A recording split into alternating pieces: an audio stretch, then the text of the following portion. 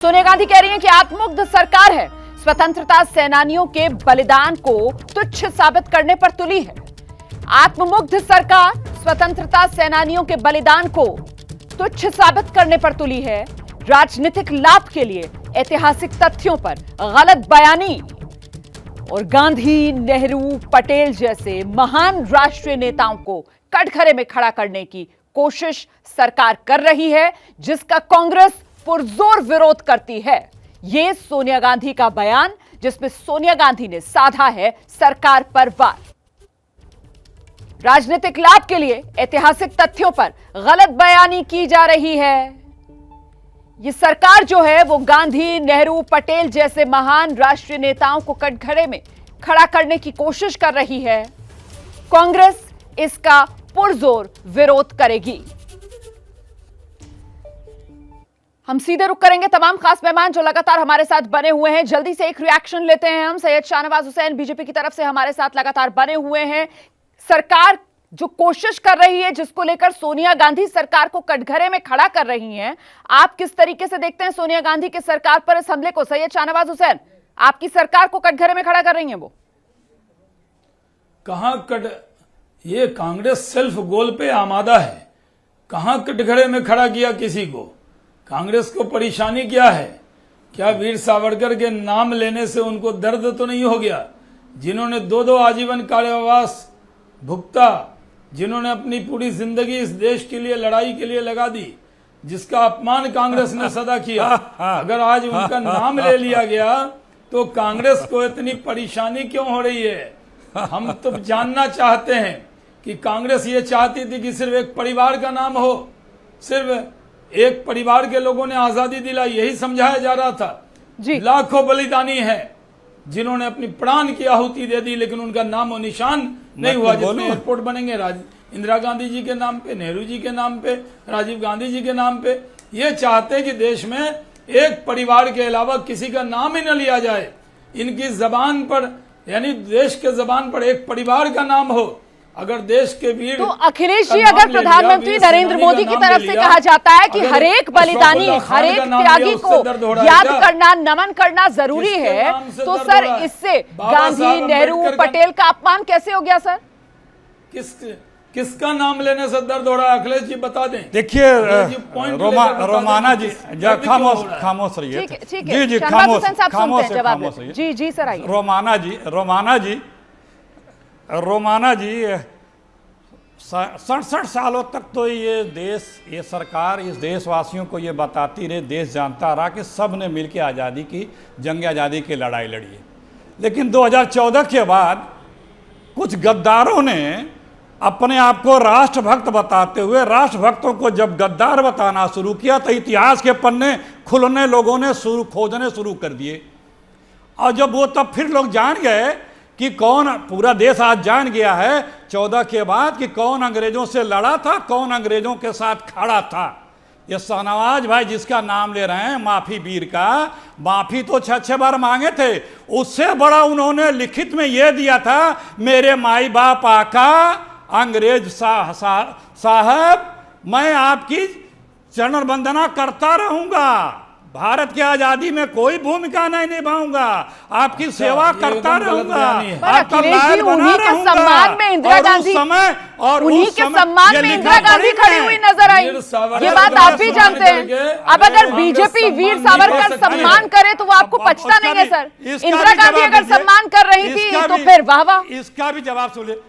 अरे इसका भी जवाब दे रहा हूं। मैंने कहा ना कि 2014 के पहले ये देश जान रहा था कि सब लोग मिलकर आजादी की लड़ाई लड़े, लेकिन जब कुछ लोग ये बताने लगे जो गद्दारी किए थे कि हम ही फ्रीडम फाइटर हैं, बाकी सब किनारे वाले हैं, तो इतिहास के पन्ने खुलने लगे। तो जब इतिहास के पन्ने खुले तो खुल गई गोद। अरे सुनिए, बीच में ना बोलिए प्लीज।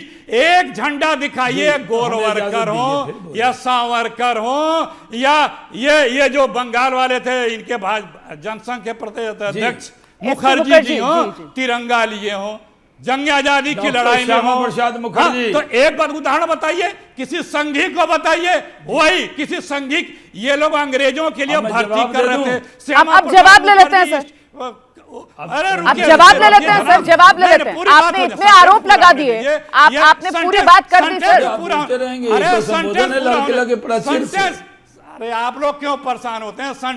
सेंटेंस पूरा होने दीजिए। श्यामा प्रसाद मुखर्जी मुस्लिम लीग की सरकार में बंगाल में डिप्टी सीएम थे, वायसराय को चिट्ठी लिख रहे थे कि कांग्रेसी जो 9 अगस्त 8 अगस्त 9 अगस्त देखिए, आंदोलन कर रहे रमाना हैं जी, भारत जवाब छोड़ो, देने दीजिए। इनको आप जी, जी, कुचलिए, बिल्कुल हम आपके आपके पास साथ आएंगे। हैं। बता दूं। और इन्होंने दमन हुआ और सुभाष चंद्र बोस की सेना के खिलाफ ये अंग्रेजों में भर्ती जी। कर रहे थे।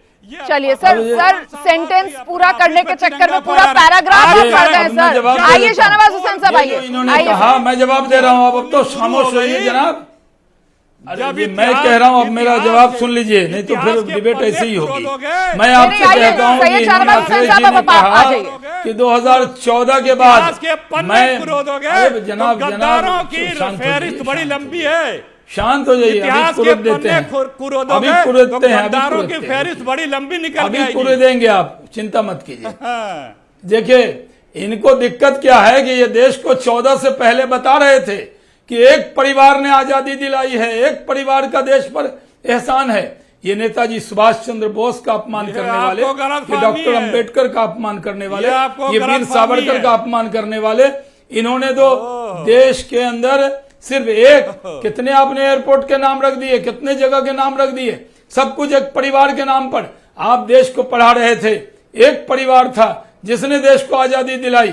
हमने देश को बताया कि नहीं, आप ही की बात कहता हूं, सबने मिलकर आजादी दिलवाई, चाहे वो ना नेताजी किस सुभाष स्कूल चंद्र से बोस पढ़े हैं हो, आप? चाहे वो वीर पता ना सावरकर कौन से हो, स्कूल लेकिन से आप पढ़े बताना हैं नहीं आप? चाह रहे भैया, थे। ये आप सब हरदम किस कहते स्कूल में थे, पढ़ रहे थे? नहीं ये सब स्कूल किस बहुत स्कूल में बिहार पढ़ का रहे थे? स्कूल अखिलेश है। जी, वो आपको आराम से कांग्रेस सुन रहे थे की सर, आप भी सरकार जरा नहीं सुन होंगे। लीजिए, आप भी जरा कांग्रेस सुन की लीजिए सर, सरकार जरा में सा पढ़े सैयद वहाँ। दिखाइए, उसके बाद दोबारा आपके पास आ जाऊंगी। अब ये तो बड़ी दिक्कत है। कि आइए आप जब शाहनवाज भाई। बोलेंगे, आप जी, कहिए, अभी बीच दे में रहा मत बोलिए। हमसे पूछ रहे हैं कौन से स्कूल में पढ़े। मैं आपको कहता हूं, आज आजादी का दिन अखिलेश जी, आप लोगों की दिक्कत क्या है, दर्द कहाँ है, कौन सी नस दबाते हैं जो दर्द होता है? वो होता है, आप चाहते हैं नेहरू जी के अलावा कोई नाम ही न लिया जाए, कोई भी। दर्द किसको आज हो रहा आपको है? क्या दिक्कत है? शौकुल्ला खान का नाम लिया तो दिक्कत हो रही है, वीर सावरकर पे हो रही है, बाबा साहब अम्बेडकर पे हो रही है, सरदार पटेल पे हो रही है। प्रधानमंत्री तो सरदार पटेल साहब को बनना था, और उनका नाम आपने कितना अपमानित किया सरदार पटेल को। हम अगर सरदार पटेल का नाम लेते हैं तो आपको दिक्कत होता है। प्रधानमंत्री जी तो नेहरू जी को भी सम्मान देते हैं, लेकिन आप चाहते नहीं।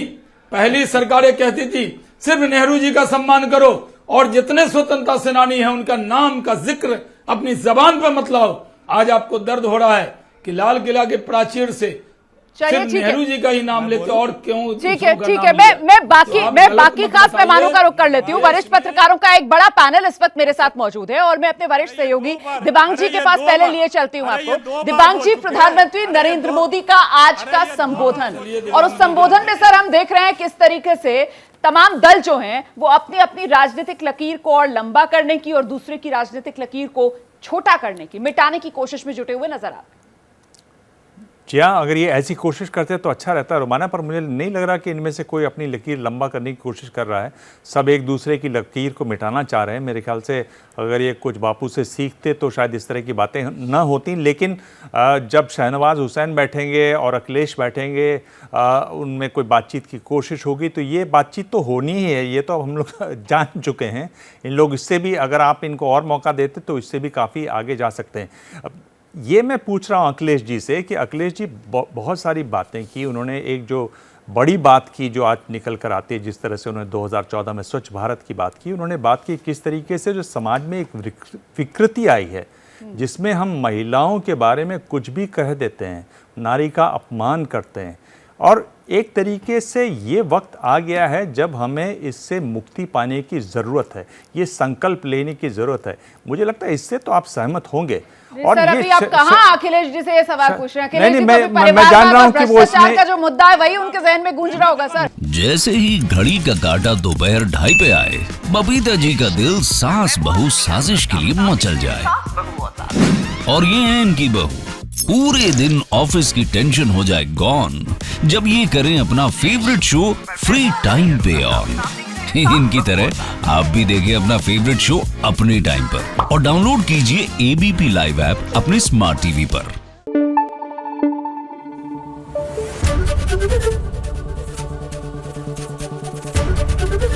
एबीपी न्यूज आपको रखे आगे।